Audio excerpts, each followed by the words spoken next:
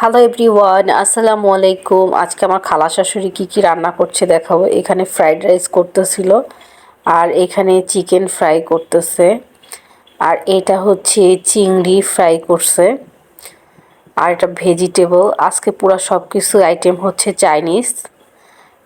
আর আমাদের বাসায় মানে আমার খালা শাশুড়ির বাসায় যেহেতু গেস্ট আসতেছে, তার জন্য আর কি স্পেশাল রান্না। আর এটা হচ্ছে চিকেন সিজলিংয়ের মতো করে করছে, আর এটা হচ্ছে জলপাইয়ের আচার। চিকেন ফ্রাইটা কি সুন্দর করে ডেকোরেশন করেছে। আর এটা হচ্ছে বিফ সিজলিং,